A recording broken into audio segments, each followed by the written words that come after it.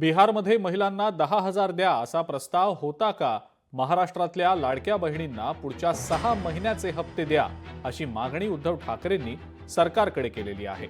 विरोधकांना लाडकी बहीणवर बोलण्याचा अधिकारच नाही असं प्रत्युत्तर एकनाथ शिंदेंनी दिलेलं आहे।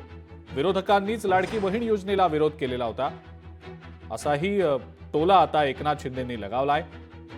याशिवाय लाडकी बहीण योजना कधीही बंद होणार नाही याचा पुनरुच्चारही उपमुख्यमंत्र्यांनी केलेला आहे। बिहारमध्ये प्रस्ताव दिला होता का पंतप्रधानांकडे की महिलांना 10,000 रुपये प्रत्येकी द्या म्हणून प्रस्ताव दिला होता? कसे दिले पंतप्रधानांनी? म्हणूनच माझं म्हणणं आहे की ही सगळी थेरं बंद करा। महाराष्ट्र घोडा भाबडा म्हणून तुम्ही त्याच्यावर वेडावाकडा अन्याय करू नका।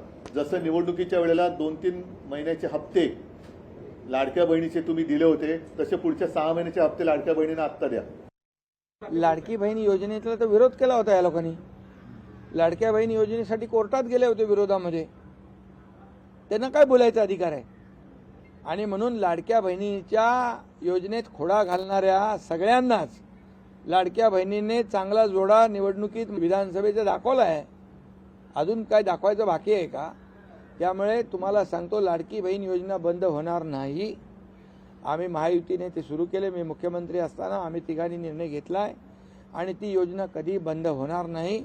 आणि विरोधकांनी किती यावर अफवा पसरवण्याचं बदनाम करण्याचं कारस्थान केलं तरी सुद्धा आमच्या लाडक्या बहिणी त्याच्यावर विश्वास ठेवणार नाहीत। लोकशाही मराठी ऐका, पहा, जागरूक रहा।